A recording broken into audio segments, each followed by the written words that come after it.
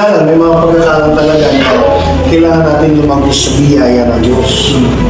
Kasi hindi ka naman perfecto bilang tatay. Ang pag-mentor natin sa mga bata na ito ang dapat maging larawan.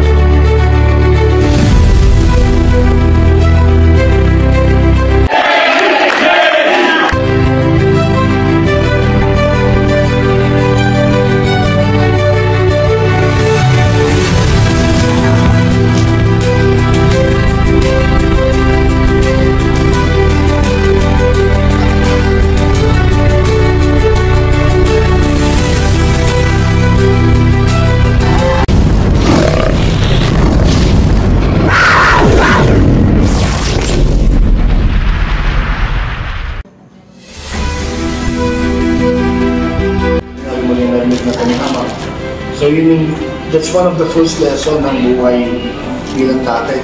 Ayun nga lang, may mga pagkakaroon talaga na kailangan natin lumagos sa biyaya ng Diyos. Kasi hindi ka naman perfecto bilang tatay. Hindi ka naman perfecto yung tatay kahit andyan, Kristiyano ka. Salamat sa Diyos kung mabait kayo.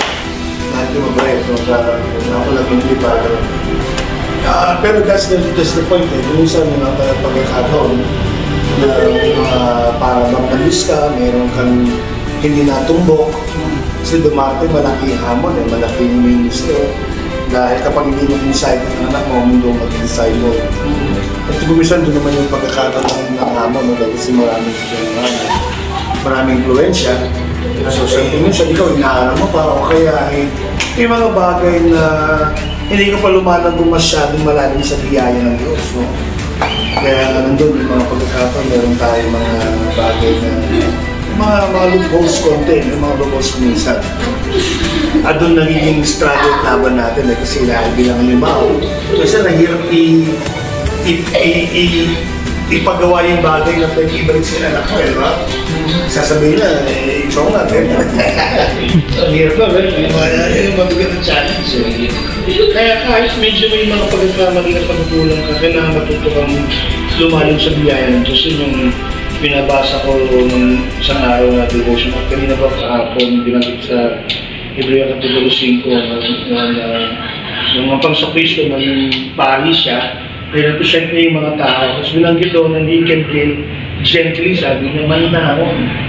Mahinahon niyang haharapin ang mga lumalapit sa kanya na kung saan dahil kasi nagkatawang tao siya, dumandi siya sa kahinaan ng tao. So yung pagharap niya, pagtrato niya sa iba, sa mga tao ay may unawa. Kaya may nakikita ng gently doon. Those who are falling and going astray, no? Yung din eh. Mahinahon yung hinaharap sila ng mga nagkakamali, mga ignorante, o misguided, o going astray. Kung nagkamali, pag hinaharap niya, gentle, may gentleness. Minsan, kapag wala sa biyaya, di ba? Dati, di ba? Pag pinado mo, pag-iyak! Ang hirap ibigay yung mga challenges ko minsan, kasi dahil naman tayo, baka dadala ka ng kabigatan dahil nasa sarili mo, hindi mo na-enjoy yung biyaya dahil nakikita mo mga kakulangan mo bilang tatay. Yung takot mo, kakulangan mo yung mga bagay na hindi mo magawa. Yung napakalaki responsibility, napakalaki nung sa pagiging tatay, no? Napakalaki. So lalo na kapag lumalaki na yung mga bata, kung mayroong mga larawan na ng mga kabaitan at kaamuan, kaya yan, very challenging. So, kaya yung punta na kung saan yung biyaya ng Panginoon tutulong sa'yo, na hinaharap mo yung mga sitwasyon na yan, na kung saan yung mahinahon ka, mayroong biyaya, may pag-ibig, may pangunawa. Kasi doon sila mayroon nga sila, di ba, ang batang na nabuhay sa intolerance, nagiging mainit siya, nagiging patient, parang gano'n, di ba?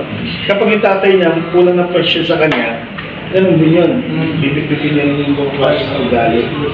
So, hindi rin matanggap sa sarili niya. Kaya, malaking hamon yung ginagawa natin, pero hindi man tayo perfecto, salamat sa Diyos. Hindi mo kailangan matakot, hindi mo kailangan makondem sa sarili mo, hindi mo kailangan ng panghinaan ng loob, dahil yun ang binanggit ng biyaya. Sa biyaya ng Diyos, kailan tayo doon tayo malakas. So sumipuwang yung kainaan natin bilang mga magulang, bilang mga tatay, ng Diyos ay mayroong kabagang biyaya na tutulong sa atin.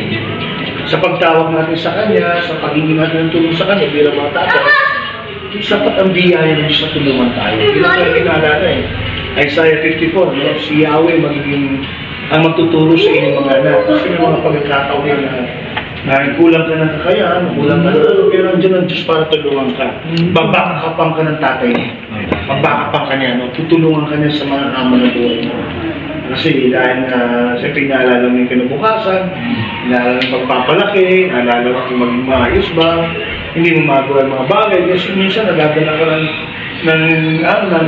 kasi ikaw nga, ganyan ang hirap ituwid yung kasi kung alam mo, pwede yung butas ka marami tayong mga nakarang pagkukulang, marami tayong mga ginagawang hindi maganda na tumatak sa kanilang kaisipan, minsan yung mga pero ang biyaya ng Diyos ay sapat para tulungan tayo bilang mga tatay.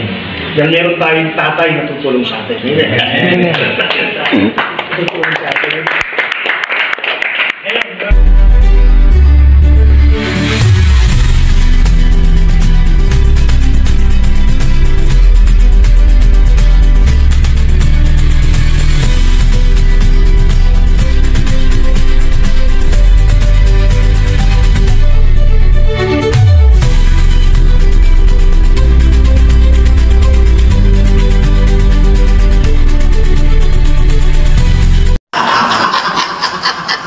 Kaya pag kailan na siya, iyak mo na kasi bigyan mo ng pagkakataon sa sarili mo maging anak ka.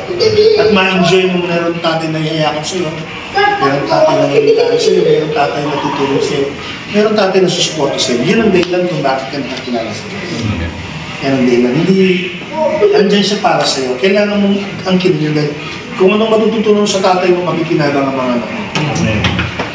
Kung anong matututunan sa tatay mo, makikinabang ang mga anak mo.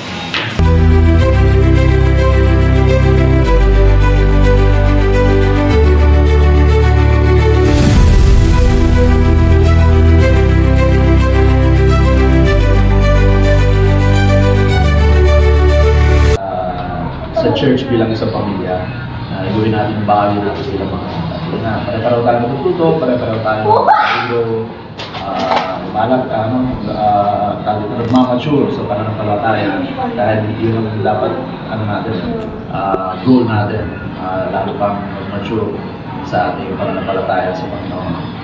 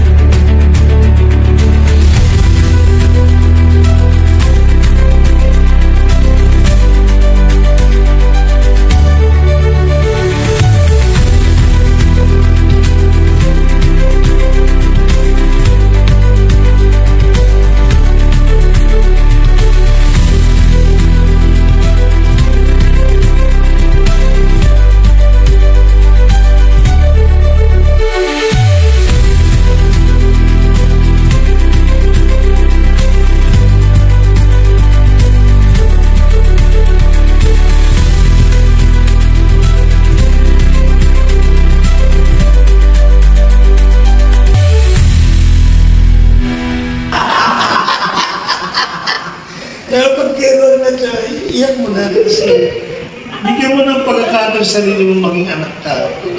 At ma-enjoy mo na rin tatay na iyayakap sa'yo.